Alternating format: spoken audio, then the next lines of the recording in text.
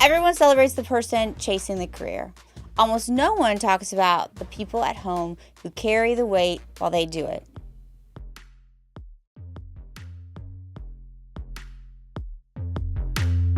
A little closer, let me spill the tea.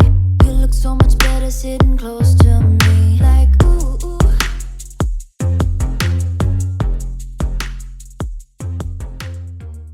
Welcome to the O&G Spot, touching on the sensitive topics people don't usually say out loud. And today's a personal topic for me, and it's meant a lot through me throughout the years. And it's, you can have it all, just not all at once. And I truly believe that that's a myth. And so today, I am joined by two of the best people that I know. One is Lott. She's a colleague of mine in the industry. I've known her for years, and she's really, her career has taken off, but yet she's balancing motherhood. She was recently a mother a couple of years ago. I traveled with her while she was pregnant. I saw what she went through. And then now I'm seeing the sacrifices she's made to be a mother and continue working and build her career. And then, of course, my true love, I get to have my husband on the show with me. And he's been my true cheerleader throughout everything. And he's been my rock and my support. And I wouldn't be here today without him. And so everyone talks about the success and everything that you can have, but there's always somebody that sacrifices for you. So I'm excited to bring them on the show today and hear from them. And we talk a lot about ambition, leadership, success, and growth, but we rarely talk about honesty and what those that cost us for the people who's around us. The flights, the missed dinners, the school events, the emotional load, and the reality that when one person is traveling and building a career, someone else is often holding it down at home, sacrificing for the other. For years, my husband carried a lot of that weight while I traveled for our work and I built my career. And Crystal is living it now as a young mother, balancing sales, travel, and the pressures of trying to succeed both professionally and still being present personally. This episode isn't about complaining. It is about honesty, because having it all sounds great until you're the one trying to hold it all together. And I am so happy to have Lott here with me today. Tell us a little bit about yourself, Crystal. Well, thank you for having me. Appreciate it. I am Lott. I am originally from West Texas, small town named Andrews, Texas. Shout out to Andrews. Definitely have street cred because West Texas is rough and tough. I got into the industry about 11 years ago, moved to Fort Worth, and jumped into the hydrovac game. I did that for almost 8 years, and then moved on to Audubon, who's a full EPC firm, and I focus on the field solutions side. So, again, been there 3 years and super happy. We're going to get into that background and how I started, but the funny part about it is I figured out I was pregnant the day before I started at Audubon. So I'll explain a little more about in a little bit, but yeah. We're definitely going to dig into that a little bit, and I think our listeners will be surprised, and they'll appreciate everything you went through. So, and then I have my wonderful husband, Ronnie McGee, joining us. And tell us a little bit about your professional career background, besides that we've been married 25 years, but what does your professional background look like? Because you had a career this whole time we've been married. Thank you for having me on here. It's an honor. I started about 30 years ago in field ops as a field operator, went to technician, and met you around that time, and we got married. And then we both, I think, have had a vision to get as much out of life as we could. And we moved down here to Tulsa, and I worked in corporate for about 10 years. And that's when I saw how hard you were working, and you had changed several careers. And I pushed you pretty hard. You had so much potential and was so smart. And so pushed you and helped you kind of spread your wings. Yeah, you pushed me even when I really didn't want to go, just so everyone knows. Sometimes it takes somebody pushing you into uncomfortable territory for you to grow. So yeah, but I saw the potential, and I knew you're amazing. But then I had an opportunity to move back home to St. Louis and do what I wanted to do, and I managed 2 states, and that's when your career was really taking off at the same time. And it was hard at that time because I was kind of interrupting your upwardly path, but I think it was just an opportunity to restructure, and we both did it, and yeah, that was pretty much it. It's been a fun ride. not fun all the time. Just for context, listeners. So at the time that my husband's career was kicking off and he was taking over operations in 2 states away, my career was starting to grow in the oil and gas industry. We had young children at the time. We were trying to balance life. It was chaotic, but we somehow made it work. So I'm going to go back to Crystal here for a minute, because one thing I've always admired about you is just your sense of humor about everything. And I think that's what even like your customers and your friends think. Like, you always find humor and appreciation in everything. So when you first got started in this industry, let's go back a little bit before we get to now. When you first got started in the industry, what did you think it would be like? Like, why did you get in the industry? What were your goals? What did you have hopes for? Oh my gosh, I had no idea what I was getting into. I met my first bosses when I was a server at Logan's Roadhouse, and they liked me enough to say, hey, I know you know nothing about this industry, but we're going to pay you a little bit of money. Not a lot of money. I could afford a couple bologna sandwiches on that kind of salary, but they said we'd move you to Fort Worth and you can, try something new. And I don't know why. Well, maybe I do know why. All I knew was tumbleweeds, and I heard there were trees over here. So I decided, let me go see what that's about. So I took the chance, and but yeah, going into it, I had no idea. The first thing they told me was, we're going to pay you to make friends and get them to try to spend money with us. And they legitimately, that's how I was taught to sell. And I think that's carried me through in the years, because I've been able to develop relationships such as the relationship I have with you and Ronnie and all the other folks that I've worked with forever that's been family to me. But yeah, didn't expect anything, and I got a lot back, another family. And also the one thing about you is that I've seen that grow over the years. Like, you've had great relationships, very relationship driven. And your customers are your family. They were at your wedding even. They were at your son's first birthday. Yeah. I mean, I've seen you throw baby showers for customers. So you really value those relationships that you had. And I think that's helped make your impact. I love it, yeah. Is there anything that surprised you about this industry? How many baby showers we threw together? Maybe. I don't know. No, it was that especially, right? So everything's majoritively a cutthroat environment regardless of what you do. Sales it can be pretty ugly. So I expected it to be that way. Yeah. And I was met with grace. I was met with love, and I was met with humor. I laugh about why I try to turn everything funny. It's trauma mostly. But no, it's the surprise is just that I found the family that I never knew I needed. I think it's Capricorn in us. We turn everything into humor. Even when we're in trauma, everything is funny. That's the way we cope. Yeah. So I want to go back to Ronnie really quick. So when I was in biotech, my background was in biotech, I was teaching school, raising our kids at the time. I remember getting into the oil and gas industry, and I said, babe, I think I might get into sales. What do you think? Be honest. And tell me your response, and be honest, yeah. I don't know if I want to. This is unfiltered. This is open here. I was not in favor of it, because I had been in the industry, or not this particular industry, but I've been in field op stuff my entire life. And I was in aviation before, and I have heard and seen a lot of really bad things. But I think it's same story. A few people can run a reputation for everybody, and since this is unfiltered, I know that's been the case with y'all's industry. Mm-hmm. I know he knows the stories I bring home. I know a few stories, unfortunately, but you have to know the person you're with and know your love, and you got to trust that. And it's not always easy. I'm not going to lie, but you just have to make that decision. Is this my person or not? I think their exact words to me at the time was like, babe, I think you would be awesome at it. I just don't know if I want you in all that much. I think did that's say what she that. said. So I think you were right. I have been successful. I've met wonderful people. But again, it's a little bit of a mess. It's a little bit cutthroat, like Crystal said.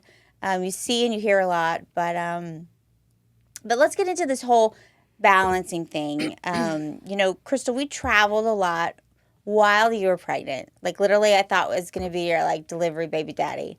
And I think I have you saved on my phone as second baby daddy. Yeah. No, I was hoping. Expect Sorry, a Father's Mitchell. Day gift in a few months. Yeah. No, but during those years, during that year that we traveled, I know I just kind of saw what you were going through. It wasn't easy. You know, I saw where you were fighting just morning sickness at one point. Um, so tell me a little bit about how that was hard on you as a mother, dealing in a man's industry. Not everyone is so understanding. You still had the demands of travel. So walk me through that a little bit.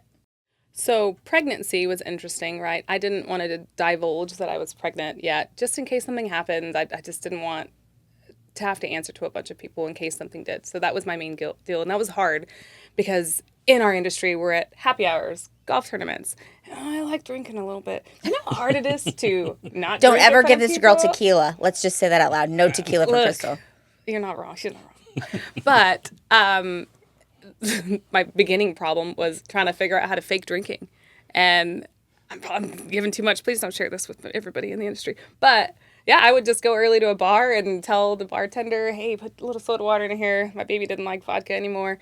And it was actually pretty funny. People thought that I could drink harder than I could. I think I got more street cred by staying and keeping up with these people drinking. But no, on a serious note, I found out I was pregnant right before starting at Audubon. And Jen knows as well as I do, anytime you start any new company, you're gone for a year. Just reestablishing yourself, seeing all your clients, letting them know where they are. And that was tough because, yeah, the morning sickness was a thing, just being exhausted and trying to keep it a secret was, it was hard because I'm a go-getter and I don't like being mediocre. And my boss took a chance on me to even allow me to be this big fat lady working, right?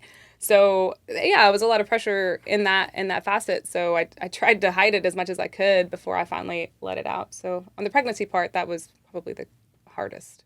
I remember one of my funniest moments, and I still look at this picture, is we were on a golf course up at the Hard Rock in Catoosa, and your cart quit in the middle of the course. And literally, your partner was behind pushing your cart up the hill. And you had this big old belly and you were pregnant. So that's one of my favorite pictures. Humbled me real quick. Yeah. But I do love that picture too. Yeah, you're definitely right. So now, again, this is for Crystal, but after having the baby, like I saw you go through postpartum, you had the baby, you came back to work. And dang, I was like surprised you came back so quick. So like this girl had a baby and then she was back by PPIM and she brought the baby, nanny and all. So first of all, let's dive into one. I sometimes feel that when you're single in the industry or even newly married, you're seen one way in the industry as a female sales. But then did that change after you became a mother? Did people start treating you differently? Were there any surprises that came with that? Yeah. So as we mentioned earlier, that this industry is very cutthroat and there's a lot of rough and tough conversations that you have with people. And I was shocked to see or to be met with the grace that I received. Right. So men aren't zoned in on their sensitive side. No offense, Ronnie. I don't hear a lot of love from your voice sometimes. No. But they just don't share that, right? So not only am I a mother, these people that I work with every day have children. So they've seen their wives do this. They've seen their wives struggle and just be boss bitches, right? And they're really proud of that. But for some reason, they think it's not well received in the industry, so they don't talk about it, right? So these people that I've known for years that have had children and seen their wives do this and have been caretakers to them, they never let me know that because I thought I'd be more about it. And I might have been. I don't know. If before I had a baby, I probably would have been. I don't know. So once I had a baby and I became a little more vulnerable and more open to them about my struggles, like, hey, I'm so sorry, I got to go pump in the car. Hey, I got to go feed my baby, or, my baby's on the 26th floor, my nanny's freaking out. Post-motherhood or post-becoming a mother, I think that I have never felt more comfortable in the space that I've been with the people that I've chosen to keep close to me. Right. Because they were supportive, protective, appreciative of the time that they had, because as well as I do, once you have a baby, your time is intentional. I, as a single or even married woman, I'd be out of town and my husband be home. When I was out of town, I was ready to go and see everybody. It didn't matter how much money it would bring to the table. Now I'm very intentional. If it's not going to support my family, I'm not doing it. Yeah. Which helped make my circle tighter and help me realize the people that I want in my life need to stay there. Right. And so really, the treated differently is they were a little softer to me. They showed me that side of themselves, like when I would explain, hey, this is really tough for me. No, so I saw a softer side that I didn't expect to see because I've known these people for 5-10 years. Yeah, I was going to say, even in the meetings that we kind of share together, because a lot of times we go to meetings together, I saw some of the guys open up a little bit more. Like, because they thought that that was acceptable, and which it is, and that they were open up more about their families, their lives, some of their struggles with their families. And they asked you for, your opinion and things like that. So there were different conversations that were had on a deeper level than just like talking business and this and that. Like it was much more deeper than just the superficial chats. Exactly. So not too long after you had little baby Beckham, you were right back at work, which I was actually shocked at. I even told you, I think, to take just a pause, Crystal. Like, just, enjoy your motherhood for a minute. Yeah. But I know when you came back, you brought Beckham. He traveled with you. You had a nanny. So tell me a little bit about that support system. And then also, what was the toll that it took on your family coming back to work so soon? Sure. So first and foremost, my husband has been the most supportive out of all of it, right? He's been a rock star when it comes to my ambition, my career. So Mitchell changed his schedule completely for me. So he was working during the week and we had our weekend time and it was great. But once we had Beckham, with my travel, I only had 8 weeks maternity leave, not shitting on my company. It was just part of it. And I was happy to get it, right? There's a lot of people who aren't as fortunate as that. But I knew that I had to come back. And I explained to Mitchell that, hey, in sales, the turnover just in operators is insane. And you're gone for 4 or 5 months. And the people that are key players are not there anymore. So you can lose traction really quickly. And that's why it was important to me, even if it didn't make sense monetarily, to keep my spot in the industry. Because, having to start over after stepping back for a year or 2 or however long, it would have been starting over. And it would have been twice as hard just to get back in it. So he and I had that discussion. And he agreed wholeheartedly and blindly. I don't think he really understood what he was signing up for, but he's still around. But yeah, he switched his schedule. He works Friday, Saturday, Sunday, and I obviously work during the week. We did get a nanny, which again are very fortunate to have, but understand that we understand the cost needed to be offset somewhere. So we weren't making a ton of money because of that, but for one, daycare, we'd have to have somebody at home every day. If he was sick, he wouldn't be able to go there. So the nanny just made sense for us. And I had one of my old clients' wives ready to go, and she was willing to travel with me. And it was more expensive, but that was a major part of my success, is being able to just take Beckham. And another facet of it was breastfeeding. Mitchell and I decided that breastfeeding was really huge for us. And minimum, we wanted to do a year, but I was a just enougher. I did the best I could, not the best cow I wanted to be, but I made it. But in doing that, I had to have him with me all the time because I couldn't just leave a stash of milk where I wanted to. So we worked that in, and it was tough. And I am so grateful for my husband and my nanny, and that my kid, he can't complain, or he couldn't complain at the moment, but he definitely endured quite a bit. Yeah, it was amazing. Well, and you really hit on the support system. So I'm going to bounce to my dear husband for a minute. And we may dive into some details here that are not appropriate or we shouldn't air, but we'll see. So, you were my support system. Our parents helped a little bit while I started traveling. But when I really started traveling a lot, you were mom and dad really during the week while I was going. So tell everyone a little bit about that. What did our family situation look like? And what did you have to deal with daily? Well, when we were still in Tulsa, I was on shift work, so that's different. But when we moved back to St. Louis and I took on that role, and I had a very difficult role, very important role, where I had to spend a lot of time. I was on call where if we would have had an incident, I'd have to drop everything and go. Your mom, I have to give her props. Your mom was great. Usually every morning I dropped the boys off to your mom, and then she took them to school. Most of the time I was able to pick them up, but they were in private school, so there was no buses or anything like that. It was tough, without a doubt. I think you guys are correct in focusing on this, but I think you might be being harder on yourself than you need to be. I think as parents, you set an example. You're raising your kids and you're give them everything they need. But one of the most important things I think a parent does is sets that example. And I think that on my part, I mean, if I would have been complaining about you being gone all the time, it would have showed up to the boys. That the boys are very, very proud of you. And I even asked some questions before I came on for responses, and they may have been lying to me. I don't know. It could have been. But it seemed like they were both pretty proud of me. So they're very proud of you. I mean, but to get back to your question, it was tough. It was tough. It's, we joked, both of us joked at times about feeling like single parents sometimes. Yeah. When you're gone all week and I don't see you till Friday, and you leave again on Sunday or Monday, and then it's all week. It's tough, but hopefully when you choose to marry somebody that's your person and you're committed to them and you want the best for them. I remember when I met you, you were working for a company. I don't want to say the company name, but you were sequencing DNA, and I remember we'd laugh because we'd talk about our days, and I really never understood what you were saying. I would just like looking at you talk. That's love right there, babe. Love. But shortly after that, you came to me and said you wanted to go back and be a teacher, and I was like, come on now, and then First of all, shout out to all the teachers out there. Yes, absolutely. Yeah, that was no disrespect to teachers, but I remember telling you that I'm old school, and I'm like, you pursue your dream. I've got a great job. I make good money. I said, I kind of feel as my role is make as much money as I can. You go do the things you want to do, and you went into teaching. And you taught back in the St. Louis area for a while, and I started seeing you different.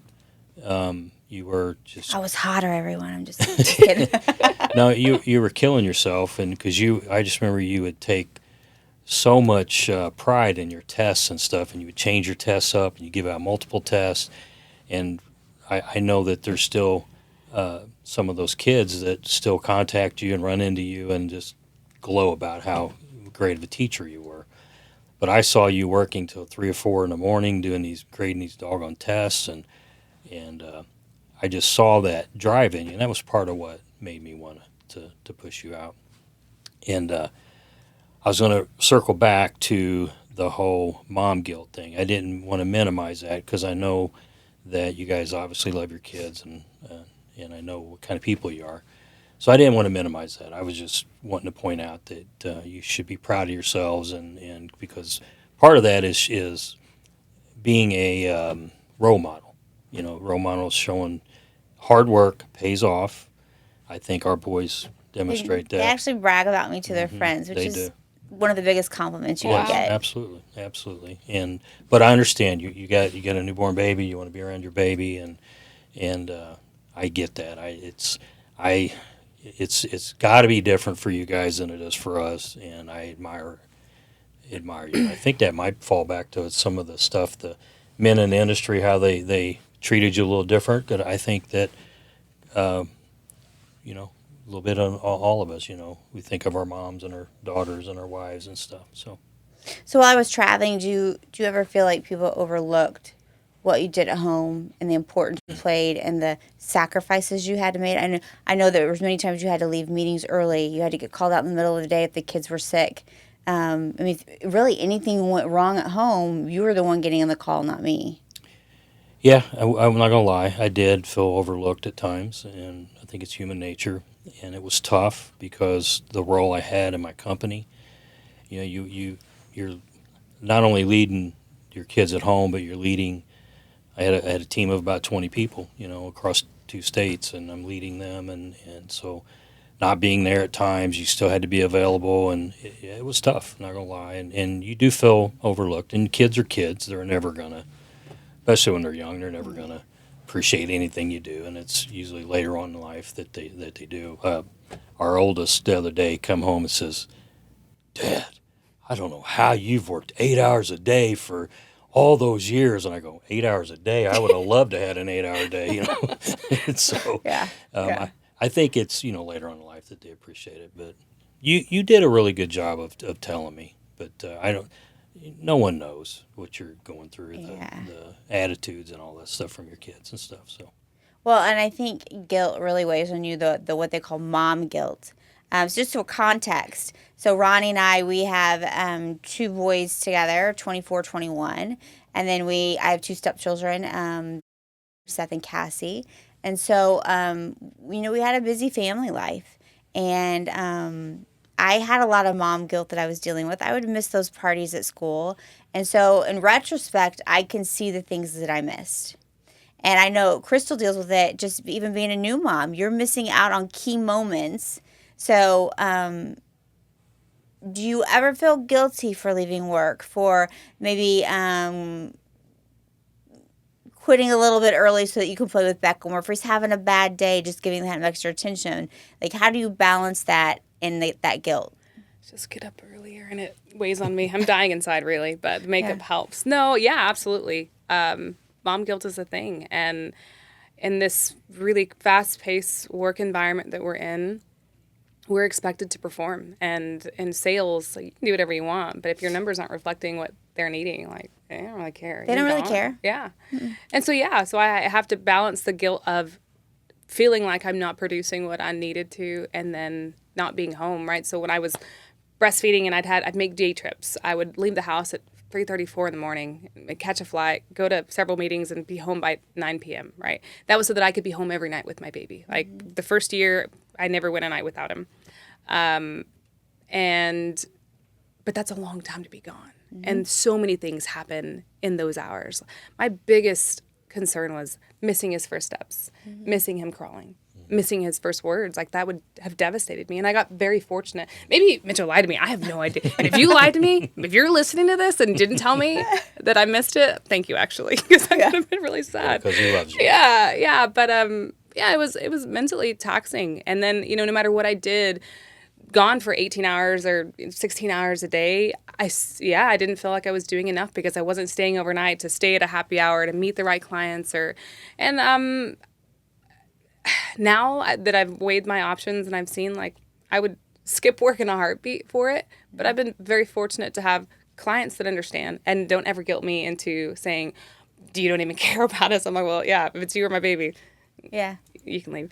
But they've never made me make that decision. And then as far as Audubon as a company, I've had a few people heckle me about having to travel with an entourage, and that really pisses me off, by the way. You know who you are. And then just, blowing and going, having to do stuff. Like, I've had a few of those, with far and few between. For the most part, Audubon's like, your work comes first. Mm-hmm. You are replaceable at work. You are not replaceable at home. Mm-hmm. And so the guilt's there, but once you realize what your priorities, which should be your family, and you have the right support system, it helps. But then you just get exhausted. And my husband, he started taking pictures of me everywhere I was. And you guys probably saw it on LinkedIn a while back. Everywhere I went, I was sleeping, in the car, on the plane, literally probably at a basketball game, my kids' activities. Like, I slept all the time whenever I could get in 10 extra minutes because I was given so much at work. And then I try to do the same effort at home.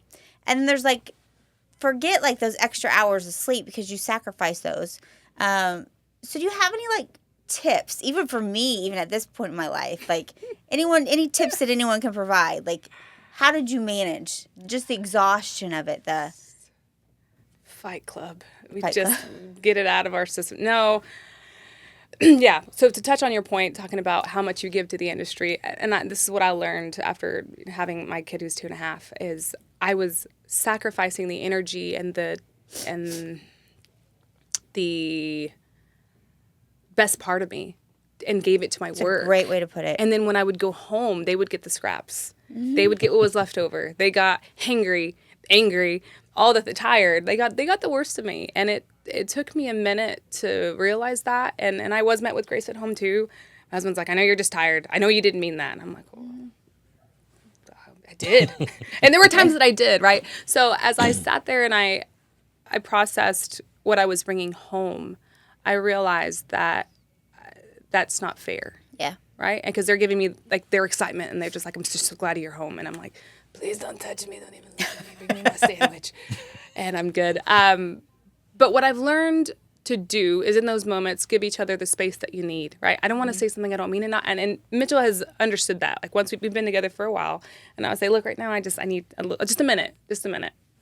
And so he'll give me my minute, He'll be upset, I'll be upset. But once we're calm and happy and fed, Yeah. we'll come back and say, look, when you said this in this moment, here's how I took it. This is how I felt about it. And in the future, this is what I'm looking for. And that's really helped us mature and not say hurtful things that we don't mean, which I'm sure y'all have done it as well. Never. We never. Your husband name's Mitchell. Yeah. I am picturing myself in that same on the other end. Yeah. He knows. He remembers. She would come home and just be exhausted, and I'd been working all week, and I'm like ready to go out. Well, she's been going out all week, so she just wants to, you Yes. know what I'm saying? And so we had to communicate. And Yeah. At first, I got upset about it. I'm like, you can go out with everybody else, but we can't go out. You And know? he did say that, just so everyone Yeah. knows. And I mean, I wasn't wanting to, run to Six Flags and run up and down hills or anything, but I wanted to go out and do something and flush all my work out of my mind. Well, Okay, so we're gonna dig into that for just a minute. But first, I want to go back to I want to give you kudos because I remember specifically I came home from a trip. It had been maybe even 2 weeks I had been gone, and the first thing I said when I came home was I was yelling at the boys because there was dishes in the sink, the house was a wreck. Literally, like I came in and just like laid into him, and my husband pulled me aside. He's like, "Babe, you've been gone for 2 weeks. Is this what you want to give the kids when you get home? Is this the way that you want to welcome them home?"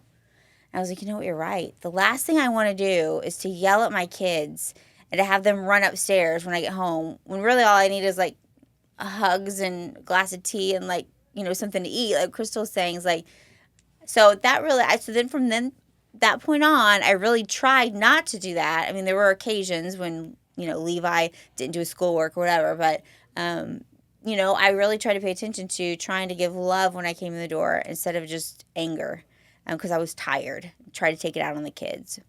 So let's dig in a little bit deeper. We talk about, I was gone a lot. I am blessed. I got to do a lot of fun activities. I mean, you guys have seen me. I've been at the golf outings, the clay shoots. I've been at the fishing tournaments. I've been at Bougie Bingo. But again, my husband was home taking the kids to practice. He was the one trying to feed the kids. He was trying to balance work. So during that time, was there ever any resentment when you were the one at home and it looked like I was the one out having fun? No question.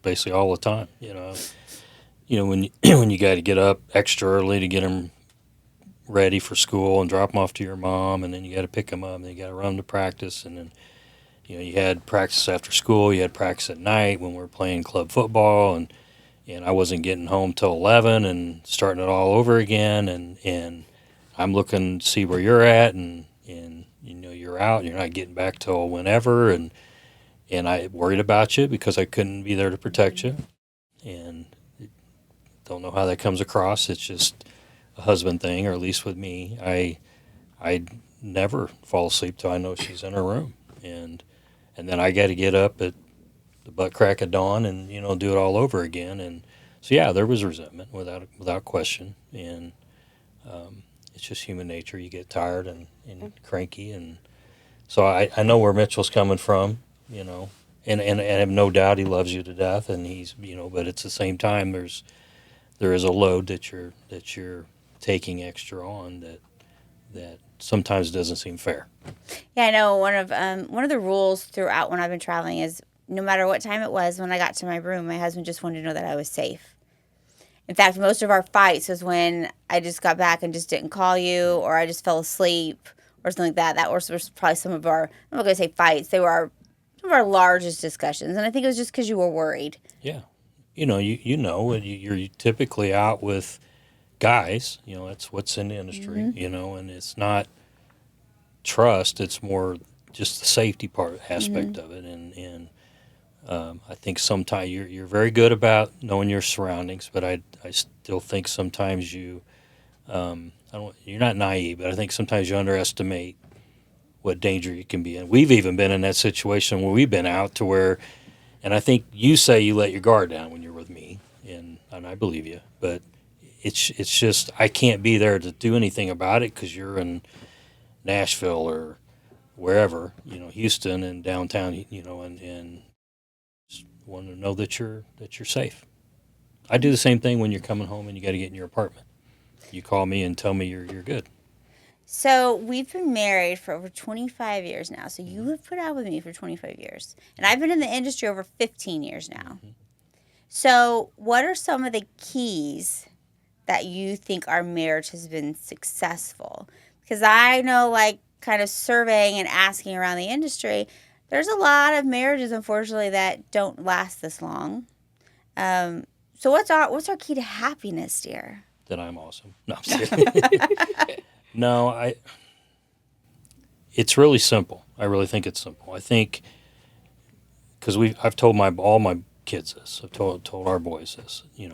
Don't care who you marry, just make sure it's the right person, and that's hard enough by itself. And I just think you got to marry the right person, and if you marry the right person, they're going to always want the best for you. Communication. You've got to be able to see the other person's perspective. I constantly try to do that. See, because my job was very demanding, and there was, just pulled in 100 different directions, and I know that you are as well. And you've got to be able to put aside your selfish, human needs that you need. And I don't always do real good. I don't think I've always done great over the years expressing what I wanted. Sometimes I would just clam up. I'm bad about that. But when I did do that, you were very good about responding and making changes or accommodations, what we're going to call it. And I did the same. There was times I overreacted about things and had to change my perspective. Sometimes I just didn't understand. I will say, and I'm going to tell a story on you real quick. I will say that a couple of times, not since he's retired, but probably a few years ago, I would try to bring him around my friends who were my customers or to events. And he was always kind of very elusive. He knows where I'm going with this. Not usually his friendly self. And so we had to talk about it, again, the communication. And I was like, what's wrong? Like, it's like you go out and you don't want to meet any of my friends. You don't have anything to do with them. I said, at times, like, it's just almost fun when we're on phone when you're not there. Just because I felt like I was having to take care of him because he didn't want to join in the group. And I guess I hadn't thought of it from his perspective. He felt like he was having to share me with everyone all of the time. He was getting the scraps. So he was resentful for these other people in my life. It was almost like I had two different lives. He said, I don't want to get to know them. I don't want to be friends with them because it was almost like they were your competition somewhat. And they weren't, because you're always my priority, but they weren't getting that priority time that you were not getting the priority time that you deserved. So I understood that from your perspective. I think that's changed over the years, but I've tried to adjust as well after that conversation. So You described it perfect. I was very resentful. I said exactly what you said. And then once we talked it out, I think I changed completely. Now it took you a little bit of time. It wasn't a switch. Well, back when we had this talk, I wasn't retired yet. Right, true. But since I've started traveling with you more, I've got to know some of the people, and they're fun, But you're right. It's because I was sitting at home and I'm like, you'd name all these people, and I had no idea who you were. Like, you know who I'm talking about? You met him. I'm like, how? By the way, he always remembers Kelly Nissenbaum in the green hat. Shout out to Kelly. I do, I do. But that's what it was. But now it's different. I see a different side of it now, and it's yeah. It was part of that resentment, though, I guess, because I was at home and you were, fishing, golfing, Having so much fun, right? hanging out with Crystal. Yeah. Sorry. It's all her fault. No, I'm just kidding. So, Crystal, how do you guys make it work? Oh, with the travel and the time away. Yeah, postpartum is a very lonely dynamic, even without the kind of jobs that we have. Just because you're in survival mode, your roommates, you're just trying to keep this little thing alive. And then you throw into the mix us going out at night, drinking and making these connections. And I will say, maybe it's because we're new and give us some time. Mitchell's been very receptive. He makes it a point to try to remember every story that I tell them, every person that I talk about. And I try to include him as much as I can, especially if we're in town. And he hasn't, yet done the resentful thing where he doesn't want to meet people. He's just, his biggest concern is to make me look good. And I respected that so much. And I think that mindset is, if we can make each other look good, we can handle the rest at home. But to your point, you didn't want to disclose that this made you feel a kind of way. And I mean, back to the point of where these men that we talked about motherhood, and it's like they're showing you a side of them that's vulnerable because you understand it on a deeper level. So I think that it took us a minute to be able to discuss insecurities and really just that feeling of resentment. And granted, we haven't even started the whole sports and school and all those things, but at this moment, we're surviving based on that communication and feedback. But the feedback needs to come when you're not mad at each other. Yes. Otherwise, it's just going to be a yelling match. And I think that's what saved us at this point, just the communication. And I didn't like that. And telling him, you got a if little you don't fiery like personality. something... Well, no, I just mean Mitchell telling me things. Like, he just won't. He's just like, it's fine. I'm not worried about it. So I truly don't know when he's not fine. So, and he's gotten better. I think y'all are very similar in that way. Yeah, just talking when you're not mad. Now that you have become a mother, you're still in the industry, you're still killing it out there, still building your business, building your career, building your brand. Has success changed for you? Absolutely. What does it look like now as a mother trying to balance? Success for me, as we touched earlier about just bringing scraps home, is just coming home and giving my family what they deserve first and giving work what I have left over. And it's going to directly impact the income, the bottom dollar, because sales is commission. Commission is what you take home. So I've just restructured my priorities. Like, all right, well, I'll miss a couple bucks here, but my kid knows I love him. And granted, I mean, he knows that I love him, but he knows that I love him a lot more when I'm not cranky at him. Yeah. Right? So I think success for me is just flip-flopping where we were talking about earlier, and being intentional is, and that's being intentional at home first and giving work. I say the scraps, I swear I work, but just that, yeah, making sure I have my priorities straight. Have you ever gotten any, or do you get any pushback from maybe any management? I feel like sometimes I've worked at firms or companies where a lot of the staff or the leadership, of course, is male, who have wives that either stay at home and they do the balancing. So they don't quite understand the sacrifices as what moms make trying to do it all. And they don't necessarily understand kind of the male responsibility at home because it's reversed. Have you ever come up against that?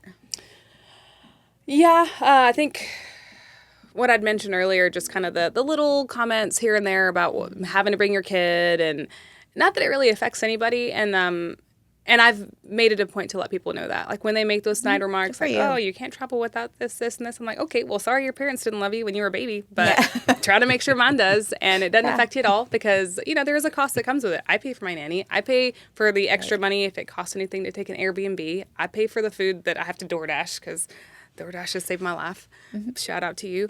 But yeah, I that's the flack that I've received, and I have gained a voice in saying, making fun of them. Like, all right, well, if you didn't get enough hugs, just say that. Yeah. But, yeah, that's again, that humor thing, which is one reason I love you. Just one. But, so kind of summing this all up or getting to the end, but just words of advice. My husband and I, we've been through a lot over the years.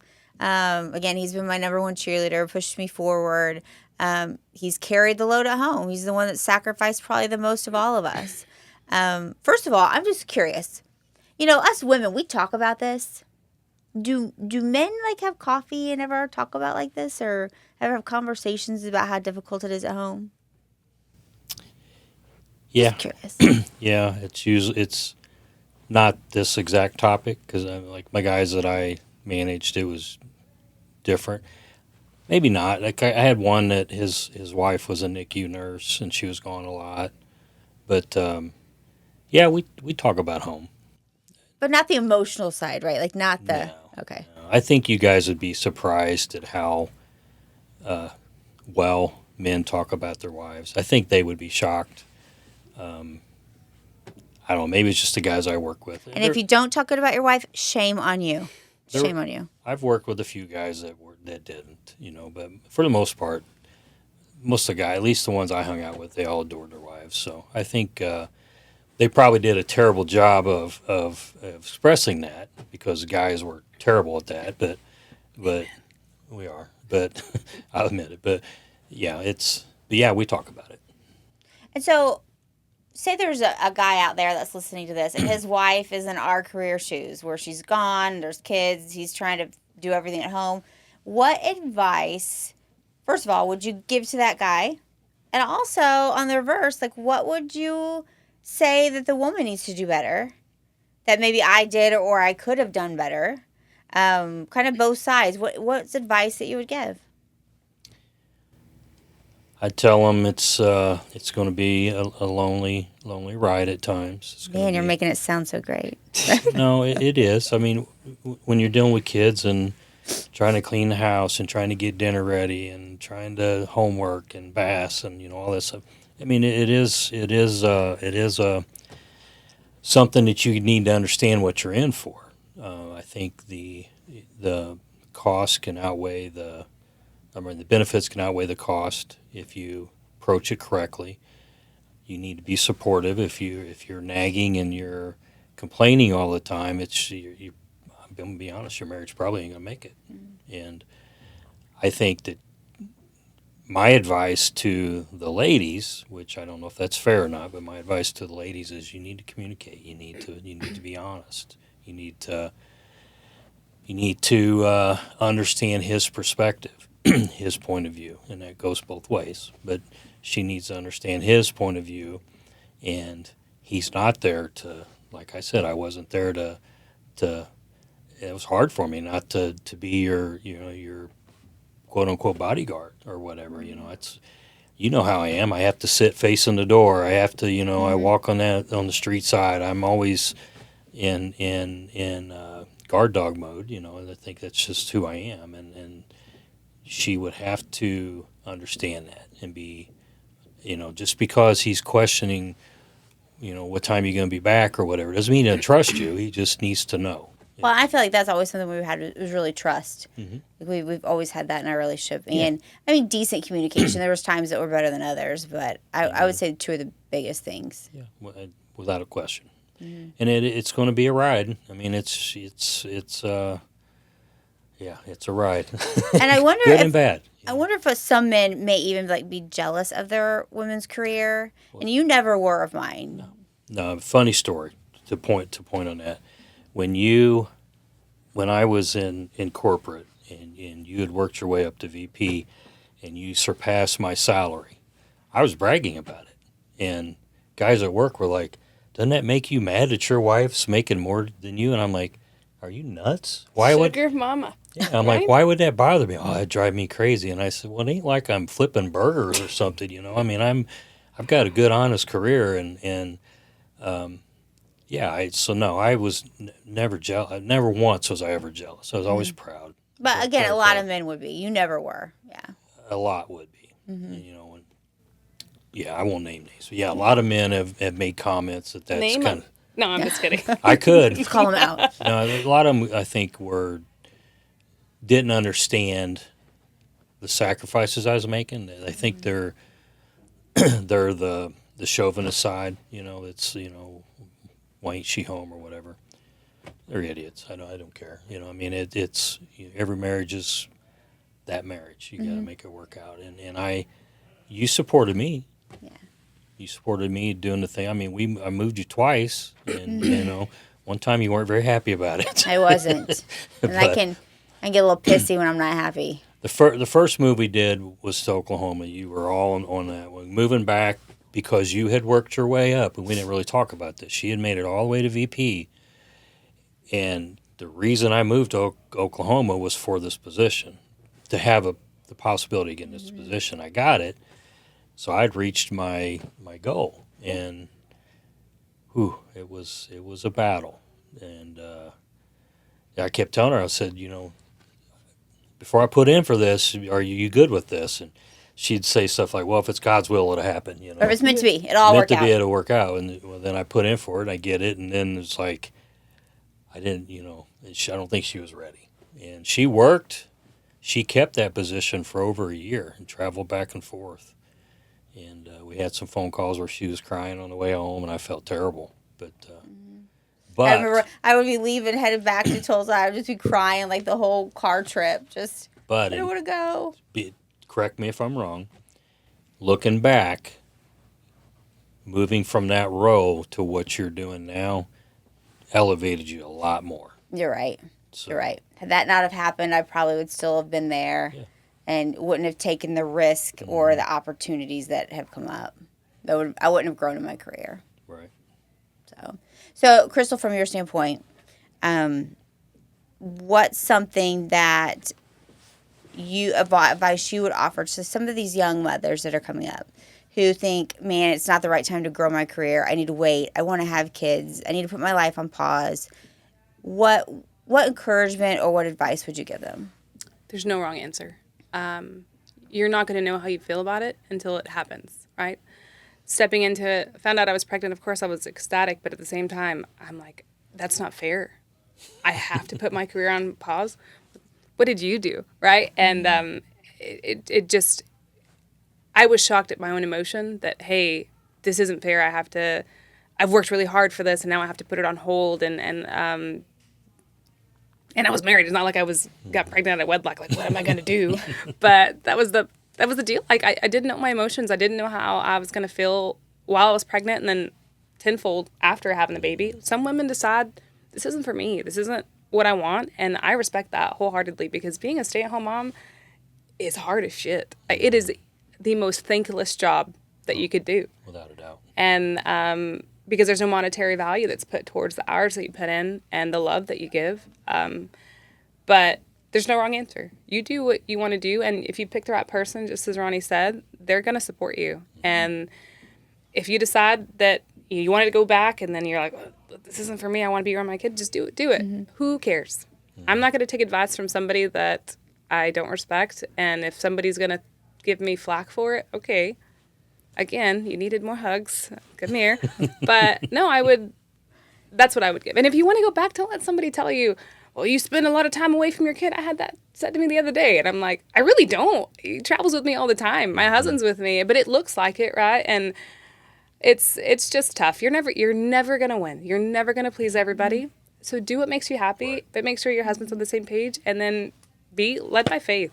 God will lead you, and if you keep him close, you'll be good. Yeah. Well, thank you both for joining me today. Thanks for having us. Thank you, Crystal, for taking the time and joining me. And then, of course, my husband, thank you for being with me. I've enjoyed chatting with you, too, about topics that we've really already talked about, but it's now kind of a chance to bring it out to everyone else. Again, these unfiltered, these open, honest conversations about what life is really like and how to balance it. And so I just want to thank you guys for being here today and looking at the heroes behind the scenes. You know, again, we look at having it all, but it comes at a sacrifice. And I remember I had a mentor back in the day, and he said, just know for each career ladder you climb, it comes at a trade-off. So before you make that trade-off, make sure you're ready for it. If you're willing to climb that ladder, it may mean less time at home.